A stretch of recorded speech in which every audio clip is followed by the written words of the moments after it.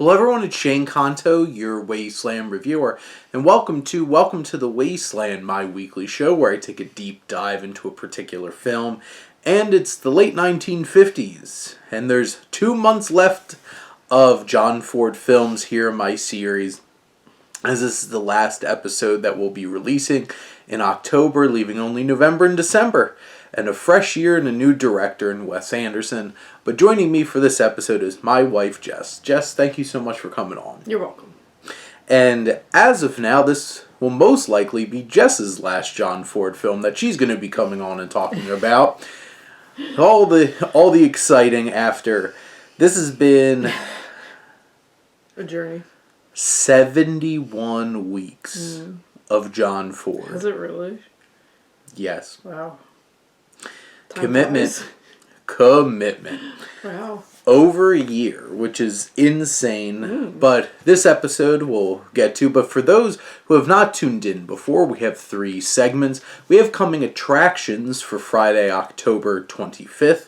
And then we'll be getting into our feature film, Gideon of Scotland Yard, or Gideon's Day, depending on where in the world you are from, or what app you're using, because seems like Letterboxd wants to call it Gideon's Day, which is the original UK name, but not us Americans here in the United States. England. We want to have our own title, and then we'll get some recommendations for you. So let's get started with our coming attractions for the last weekend, technically the last weekend of October, which next Thursday's Halloween, so I feel like next weekend's more of a Halloween type weekend.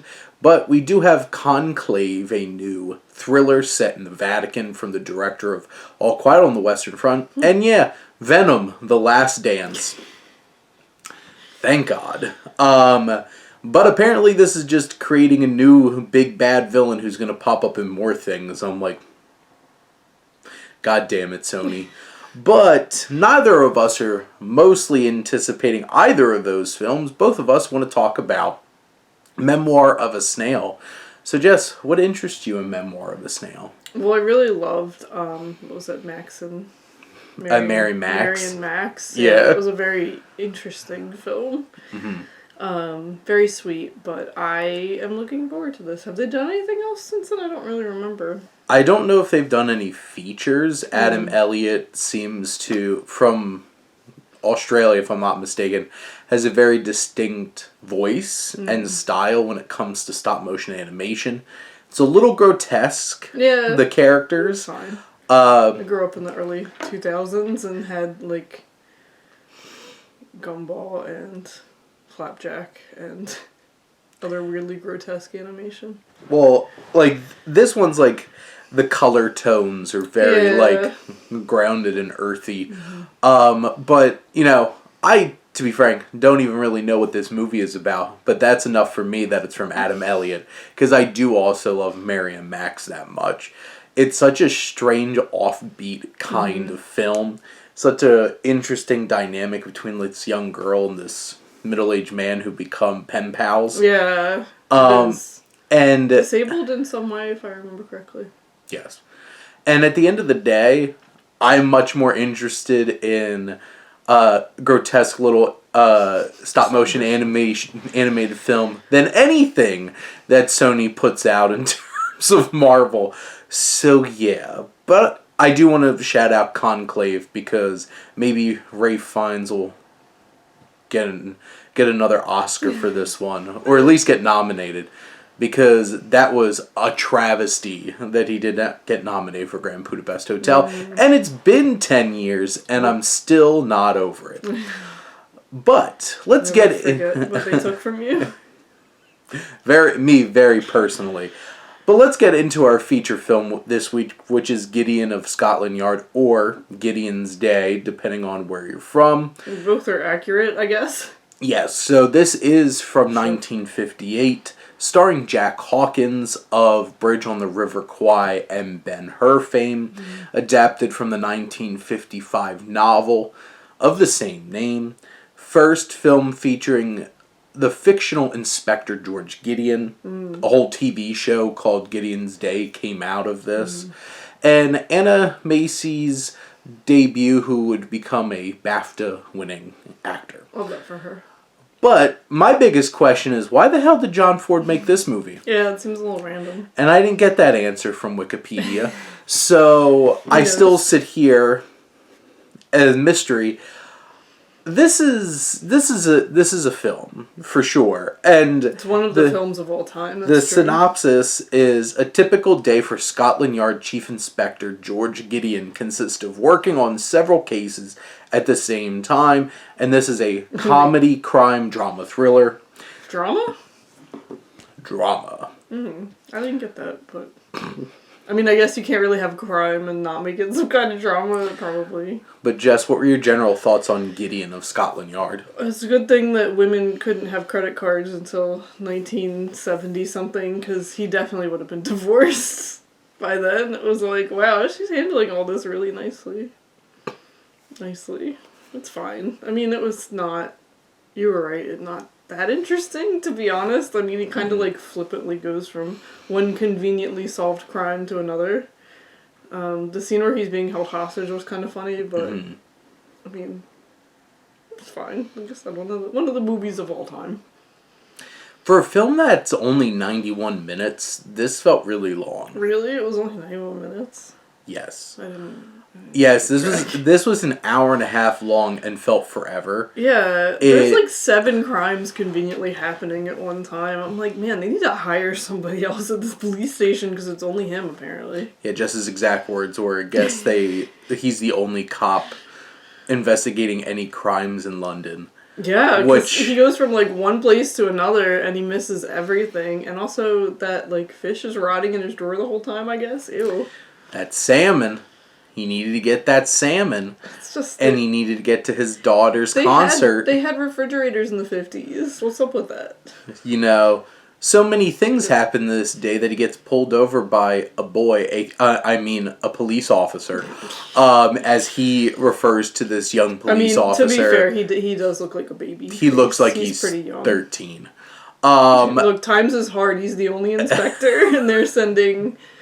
They're hiring literal children. They're putting teenagers on the street to ticket people for running a red light. Yes. Apparently no turn-on lefts in London in 1958. Yeah, I was surprised by that. And, okay. Like, this kid winds up connecting with his daughter, and that young officer winds up going to her concert, and he... Like, it turns into this whole entire comedy of errors of, like, you know, it's a tired trope of, like, busy dad has one job to go to this one thing for his child, and inevitably he's gonna miss it. But usually that's, like, call to action, or like the last straw at the end of the second act. No, this is the span of the whole entire movie. And at the end they're like, darn. And it's like the opening of Jingle All the Way. He was supposed to be at that karate competition, and instead, you know, you're my favorite customer. But here it's just between him leaving in the morning and his daughter's concert, there's how many different crimes going on? There's like 5. He yells and is belligerent to this woman whose husband dies. There's a shooting at like some kind of bank that's being robbed. Oh, I love this. Your husband died. Anyway, bye. He's cheating on you. Also, he's dead now. Bye. And runs off to the next thing. And that's the thing. This is 90 minutes. They don't spend enough time at all to try to dig into any of these stories. This feels like a whole entire season's worth of procedural television crammed into 90 minutes and logistically placed on the same day so that you can make an excuse to make it only 90 minutes. And I feel like the only thing that really stood out to me was Jack Hawkins, who's a really talented actor. He's funny. Like, you need somebody who's charismatic who can anchor this film down over the course of this whole entire film. And what's most disappointing is I've watched so many John Ford films, so many, that showed that even if like the story wasn't the greatest, at least you could tell like this is a really talented director behind the camera. This felt like a procedural television show how it was shot.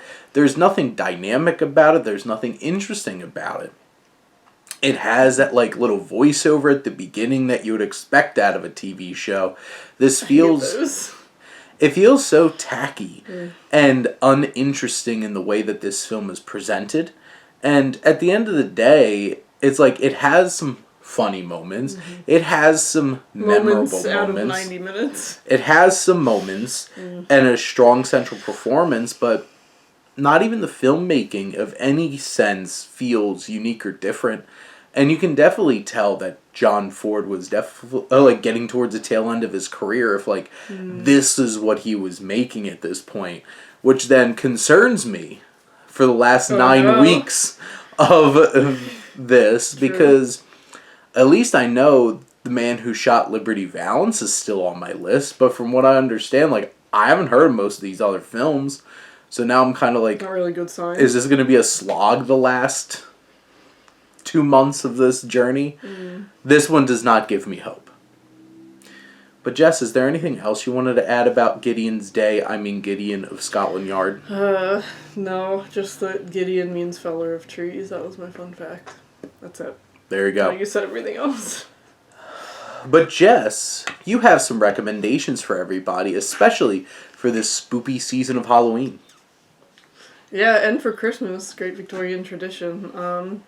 Big fan lately of the classic Ghost Stories podcast and bite-sized audio classics because it's it's older stuff because it's out of print probably, or not out of print but out of copyright. But I've really been enjoying them, and there's a lot like that too. Some of them have like crackling fire ambiance, so it's just nice to kind of fall asleep. And none of them are too like, I occasionally binge. I'm picky about true crime, but sometimes I don't want to fall asleep to the description of someone being dismembered. Like sometimes I don't love that. But I'm really enjoying these, and when I'm like curled up with my weighted blanket and maybe a cat, if I'm lucky, if I'm #blessed by one of them, so I'm enjoying it. There you go. Also recommend weighted blankets. Pretty good. There you go. Bonus recommendation. I feel like I need a heavier one, though, because they say start off with 1/10 of your body weight, so I went with 15 pounds, and I'm like, I just want to be, like, compressed. Anyway, that's it. I guess I need, like, 30 some... Oh, what, like... They make up to 50 pounds. Yeah. I don't know. I feel like that might be a little too much, but I'll try it. Try anything once. There you go. Oh, my. But those are Jess's recommendations, so it's been a little while since I've actually recorded an episode, so I had a lot to choose from in terms of trying to recommend to all of you, especially new movies. But probably the best new film that I've watched recently was Exhibiting Forgiveness, which is a film starring Andre Holland from Titus Kafour, who's a new filmmaker who made this very dynamic, very emotionally complex film about an adult man who's an artist. He's a painter. He's in a relationship with a musician, his wife, played by Andra Day, and there's that balance of them being parents and each trying to chase their dreams. And it seems like Andre Holland's character is getting more of these opportunities. And then he's trying to help his mother, played by Ingenue Ellis Taylor. I have to double check that. And she's supposed to be going into, like, I guess, rehabilitation place. She's not feeling well. But she's trying to reconnect with her ex-husband, who's Andre Holland's father. And things get complicated because daddy issues. And this film is a really interesting exploration of an adult who's been through trauma with a parent and trying to have some rekindling there. And as such an adult, this certainly hit in a certain way for me. It's a beautifully directed film. It's really impactful. The performances across the board are fantastic, so definitely one I would recommend.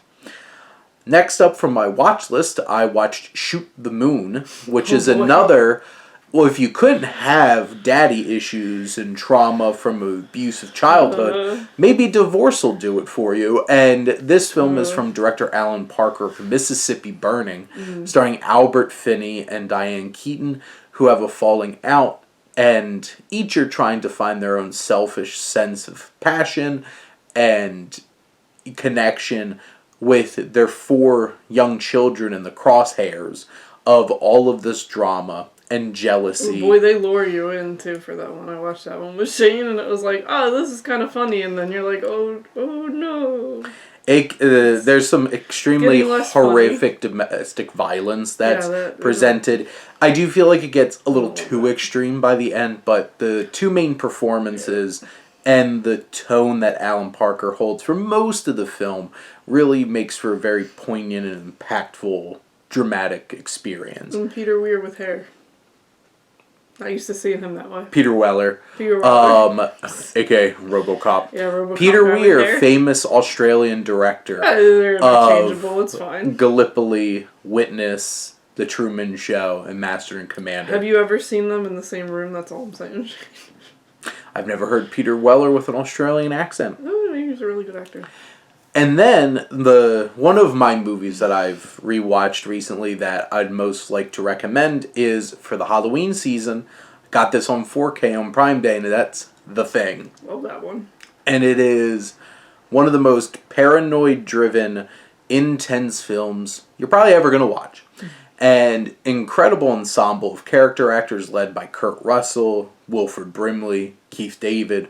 Incredible practical effects, an Ennio Morricone score that is very simple but extremely effective, and so many great moments of body horror but also suspense, all rolled into this creepy, unnerving, haunting, and chilling Arctic kind of Antarctic experience with a shape-shifting alien, because, that's not terrifying. And nobody can hear you out in the middle of Antarctica, so that's even more fun. I can't help you even if they can. Nope. Nobody there to save you, except for Kurt Russell and his amazing hair and beard. He's got a great head of hair. For sure. But that's a wrap here on Welcome to the Wasteland. Jess, thank you so much for coming on, and I look forward to talking some Wes Anderson with you in the near future. I'll probably have more to say about that. There you go. Or maybe it'll come down to colors nice, look good. I'm getting ready for that game. There you go. But thank all of you out there for always tuning in and supporting your Wasteland reviewer.